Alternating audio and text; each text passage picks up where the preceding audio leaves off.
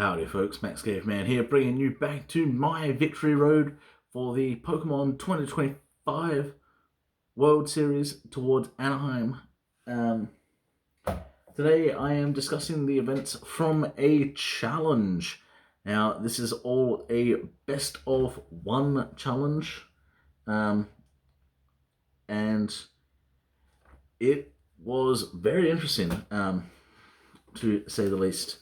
Now, as you can see down below where my deck list will be provided, I was running Pecharunt Donk. Now, this is a version of the single prize Pecharunt from the promos, which revolves around activating Poison as well as activating Burn and Confusion, so that my opponent's Pokemon dies during checkup. Well, let's see how that happens. So starting off with round number 1, I was facing off against Raging Bolt Ogerpon, and this was actually quite interesting. I do get the first turn. Well, I get to go first, so I searched my deck and realized immediately that I have a serious problem. Both my two Squawkabilly EXs are prized at this stage, so I know I can't Squawk and Seize for a fresh hand, so I have to get a Carmine off, and sadly I was not able to get a Carmine off of my Pokegears, so I was unable to get enough damage off, and then it became a stall sort of game where I needed to try my best to stall out time, and that was not working. So I ended up losing round 1. Just really sucked that it did come down to simply just prizing both of my Squawkabillies. So yeah, that was rather annoying. Moving on to round number 3, and I'm facing off against a deck list that I'd never seen before. This is a Greninja EX, so the fighting Greninja, not one of the various waters that have been printed, but the Terra fighting with Palkia V-Star. And in all honesty, I never saw a Froakie come down. My opponent was setting up Curse Blast with the Duskull line in their deck.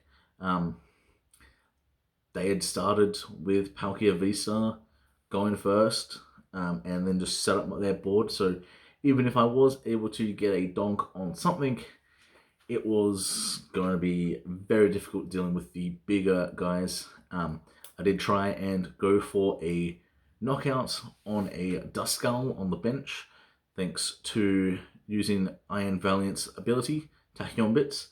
Sadly, didn't pay off enough. I only got the 2 activations, not a third, so I didn't take that prize.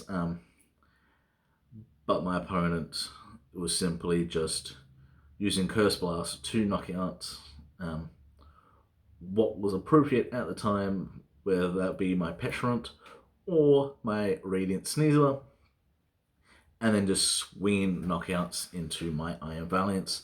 So definitely not the best situation there. Things happen like this, so that's sort of how my round 2 went. So moving on to round number 3, and I am facing off against Raging Bolt Ogerpon.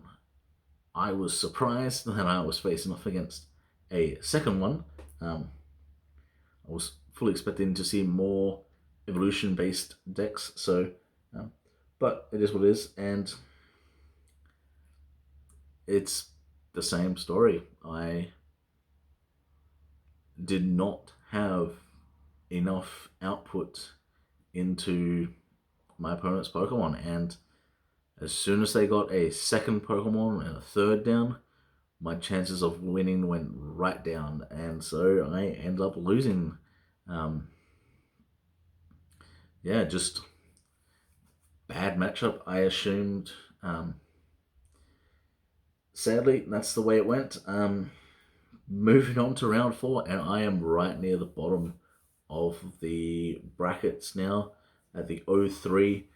I was tempted to drop. Well, I actually thought I was going to buy here because I was at 0-3 and chances were high, but we did end up having someone drop from the tournament, so we now had even players. So I still played on, and I faced off against Raging Bolt, Ogapon, and basically I knew what I needed to do, and so I tried. Started strong, got the activations off, and that was it. Just I started as strong as I could, and then just died off immediately. My momentum was gone, and my opponents started to just set up their board, break my field, and went at it, and I lost for the 3rd time against Raging Bolt and Ogapon. Now, moving on to the final round, and this is realistically a game for last place. My opponent at this time was 0-4 as well. He was playing a Valiant, the Iron Valiant Blood Moon Ursaluna deck. The main idea of this deck is to retreat and use all of your Iron Valiants to put the damage onto various Pokemon to start swinging with the single prizer Blood Moon Ursaluna, which does more damage based on the amount of damage is on your Pokemon. And I was basically 1 card short again. I managed to put a little bit of damage onto my opponents, starting Squawkabilly, and then I went and I thought I had a Ancient Boosted Energy Capsule. Sadly, I didn't, so I was not able to get off the full 100 damage poison turn 1, and instead I ended up having to deal with just doing burn with my Dangerous Laser. So ultimately did come up a little bit short, but this game was actually quite long. We did get to deck out situations. We kept playing because both of our decks were very reliant on setup. So we were both just doing small amounts of damage over each turn, and then passing. When you get to a situation where you draw, activate ability, pass, that's it. There's not much you can do. So it did end up coming down to the fact that my opponent needed 3 energies left.